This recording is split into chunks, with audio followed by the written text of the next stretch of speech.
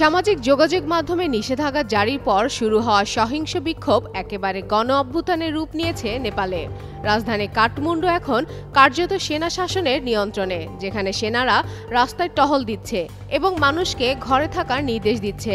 গত কয়েকদিনের এই সহিংসতায় দেশটির প্রধানমন্ত্রী কেপি শর্মা ওলি পদত্যাগ করে দেশ ছাড়েন।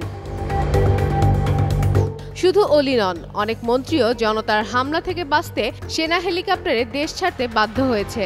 সামাজিক যোগাযোগ মাধ্যমে ছড়িয়ে পড়া ভিডিও ফুটেজে দেখা যায় সেনাবাহিনী হেলিকপ্টার থেকে দড়ি ফেলে কয়েকজন মন্ত্রী ও তাদের পরিবারকে উদ্ধার করছে, আর সাধারণ মানুষ সেই দৃশ্য মোবাইল ফোনে ধারণ করছে।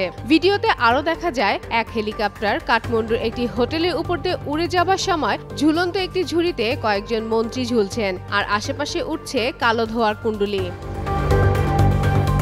নেপালে সামাজিক যোগাযোগ মাধ্যমের উপর আরোপিত নিষেধাজ্ঞাকে কেন্দ্র করে শুরু হওয়া এই বিক্ষোভ দ্রুতই ভয়াবহ সহিংসতায় রূপ নেয় মঙ্গলবার। পার্লামেন্ট ভবন আগুনে ভস্মীভূত করে দেয় বিক্ষোভকারীরা। যোগাযোগ মন্ত্রী পৃথ্বী সুব্বা গুরুংয়ের বাড়িও পুড়িয়ে দেয়। উপপ্রধানমন্ত্রী ও অর্থমন্ত্রী বিশু পাউডেলের বাসায় ইটপাটকেল ছোড়া হয়।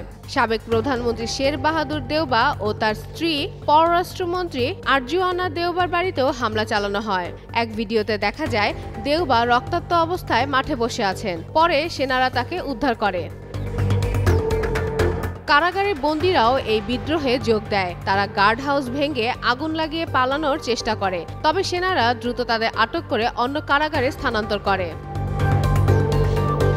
নেপালে এই গণ অভ্যুত্থান শুধু সামাজিক মাধ্যমে নিষেধাজ্ঞার প্রতিবাদ নয়, এটি দীর্ঘদিনের রাজনৈতিক, অর্থনৈতিক ও সামাজিক অসন্তোষের প্রকাশ। সেনাবাহিনী এখন পরিস্থিতির নিয়ন্ত্রণে থাকলেও শান্তি স্থায়ী করতে সংলাপ ও দীর্ঘমেয়াদী সমাধানের বিকল্প নেই বলে ধারণা করছেন বিশ্লেষকরা। ফাতেমা ফাতেহ জান, যুগান্তর নিউজ।